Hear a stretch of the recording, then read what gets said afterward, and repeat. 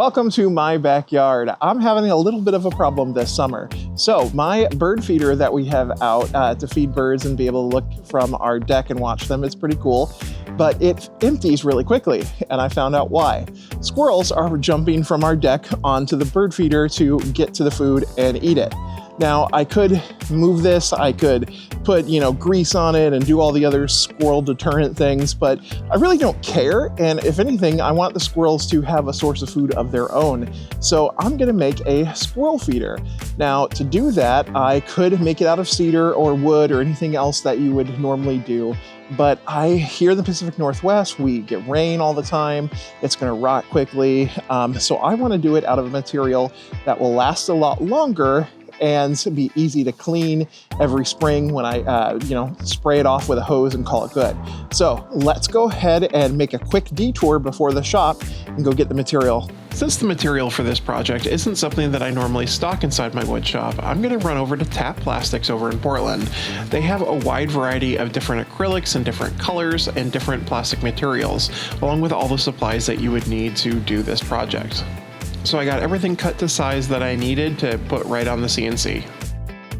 All right, we're back from the store. I've got my 24 by 24 by a ½ sheet of my Starbond ST HDPE. And then I also have a couple of 1/4" sheets of clear acrylic so I can see in and see what the food level is. So let's go ahead and design our project and get it on the CNC and run it. For my squirrel feeder, I know I wanted to have the box that the squirrels can get into on either side. So let's go ahead and start with our box design. Now, what I know I need is on on either end, it's going to have a hole for the squirrels to get into. So we'll just make that a little bit there. So that way they can get into from either side of the nuts. Also, because we live in the Pacific Northwest, I want to make sure that this has ability for the water to drain out of it if any water gets into it. So I'm going to put holes all throughout the bottom here. So that way the water can drain. Now for the bottom of it, I want a little bit of a platform for the squirrels to be able to get stand on to get into, and also to catch any overflow of the food. And I'm going to do the same on the top to match it, so that way rain and stuff can't get on, and I can then put some corn on the cob or anything else on the top of the box for them.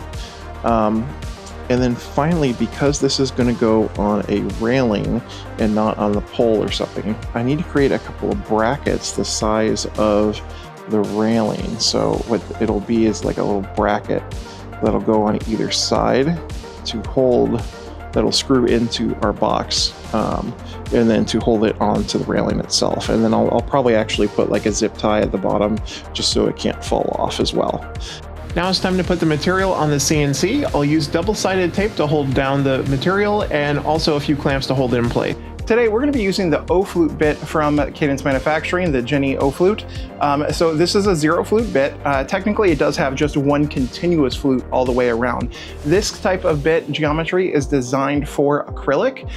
It clears the chips out very quickly, but it also just runs for a smoother finish, but also a cleaner finish, because if you're running with too many flutes, you could create a lot of power or a lot of heat, and you could actually melt the plastic. So this is a alternative, and it is great as it's designed for this type of material. Let's get it in and run the project. I'll get it on my Next Wave HD 520 machine, and the bit will start working right away. You'll see almost that very faintly that line of bits as it just shoots them straight out of the side of the bit. It's amazing. What's also really impressive about cutting acrylic is it's so quiet compared to cutting wood. It just cuts like butter, and there's very little sound. I'm going to play you some of the shop sound right now so you can kind of hear. Most of that noise is the dust collection.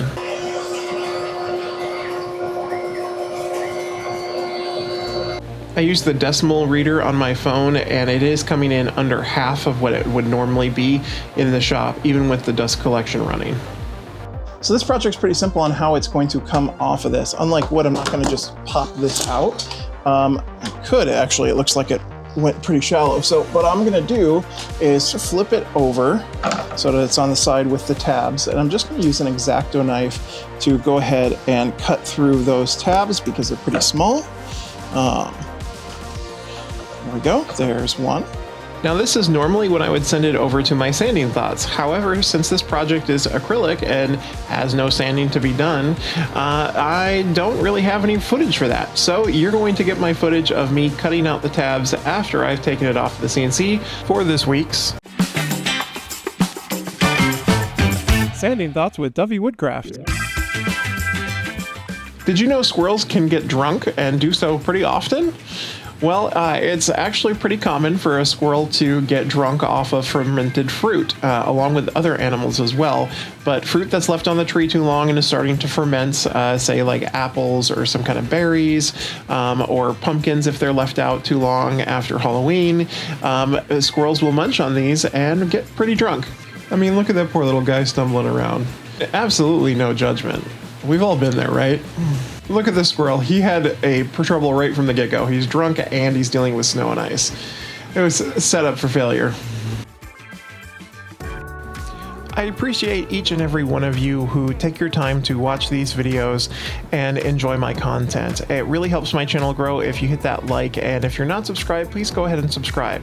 I have also had some people ask out if there are other ways that you can support me. Purchasing my digital files from Etsy is a great way to do that, but I also have now launched a Patreon page as well. This is something that if you're interested in doing, I would love for you to join the family. I'm only going to put two tiers, a $5 and a $10 tier. They're basically both the same. Everyone when you join gets a sticker. You get your name displayed on my YouTube's videos at the end of the video at the Patreon area. You get early access to all my content, project plans, and digital files that I'll be providing for free. You get digital access to our community, and we'll be doing a quarterly meetup video where you can chat with me, ask questions, and you get input on my projects. You get to say and what we build next and vote and submit on future ideas.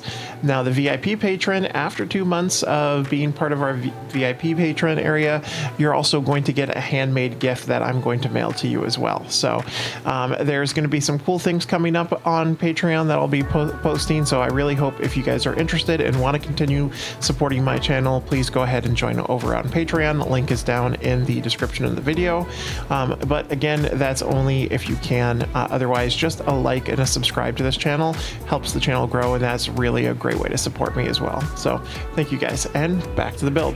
On the edges of everything, you can see it's a little rough. That's actually just the glue from the tape that just got brought up. So I can just use my finger and peel that off. And then I've got the excess little tab here. So all I'm gonna do is take the X-Acto knife and just remove that tab. And there we go. Now it's nice and smooth right there. And if I move my finger along here to get all the excess gunk from that tape right off. Now I could use acetone or something like that, but honestly, why when it's just something this small? And voila, there we go, nice and clean. And I'll do that to all the pieces. With the tabs all off, I'll go ahead and peel off the blue covering from the clear acrylic and wipe off all the static cling to it. And then I'm going to do a dry fit of everything just to make sure it all fits and is in the right spot. Holding this together is very simple. It's just going to be 4 stainless steel screws. So I'm just going ahead and pre-drilling from the top so I make sure that I get the screw placement in the right spot in the channels. Flip it over and go ahead and screw them in place so they're nice and tight. I will screw them all the way down once I've done a partial screw in with all 4 sides. And pretty much exactly the same process for the brackets that will go along the railing that need to connect to the bottom of the feeder.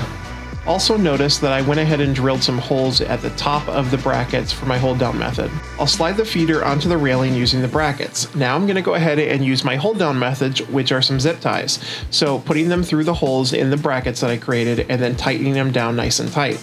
This will allow the feeder to be temporary so I can move it or remove it during the winter, but also allow it not to slide around when a squirrel comes in to feed. And all that's left to do is go ahead and fill up the feeder. I'm going to fill it up with some peanuts. These are raw, unsalted peanuts that are meant for squirrels. I'm also going to put some dried corn on the cob on the top as well. Make sure you stick around to after the product summary so you can see the feeder in action with squirrels and a surprise guest. I'll then go ahead and fill up my bird feeder too, so that my birds are nice and happy now that the squirrels won't be attacking their feeder. There you go. After a couple of hours from start to finish, we have our squirrel feeder. Now, this is definitely not a cost-effective product. I wanted to design this to show you that you can solve an issue using your CNC that you have at home without having to turn it into a product or turn it into something to sell. Now, I definitely could turn this into a product to sell. The problem is that it's not cost effective.